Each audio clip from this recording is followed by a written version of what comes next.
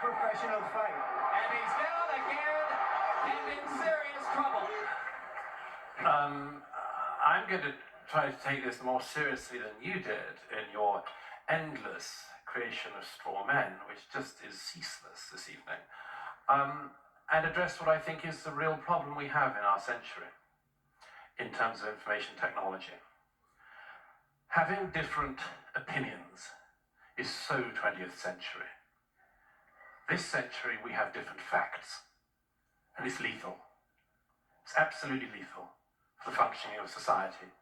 And if you want to see how lethal it is, look at the situation in America, where not just the media, but every institution, the CIA, the FBI, the NSA, the Supreme Court, every institution, you decide whether it's for your side or not. It's disastrous for society, but it starts with the facts.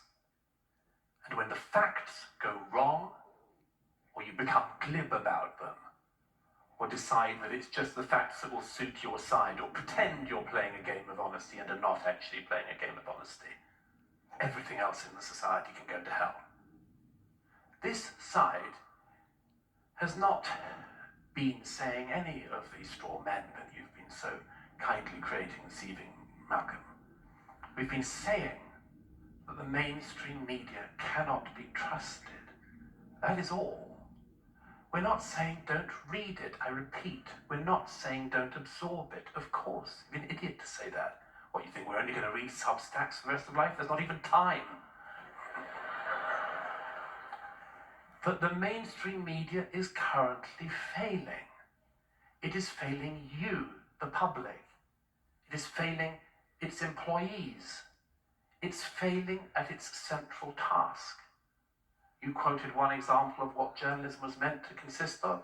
I would quote another, what George Orwell said. It's out on his statue outside the BBC. Sadly, the employees do not read it every morning before going in. But George Orwell famously said that the job of a journalist was to tell people facts they don't want to hear. The problem we have in our century coming up is that people will be paying for and absorbing only the facts they want to hear. The argument we are making is one of hygiene, basic hygiene in the media, in the mainstream media. I don't want to blow it up. I don't want an end to it or anything like it. I spent a significant amount of my life in the mainstream media. We just want it to be honest. We just want it to be factual.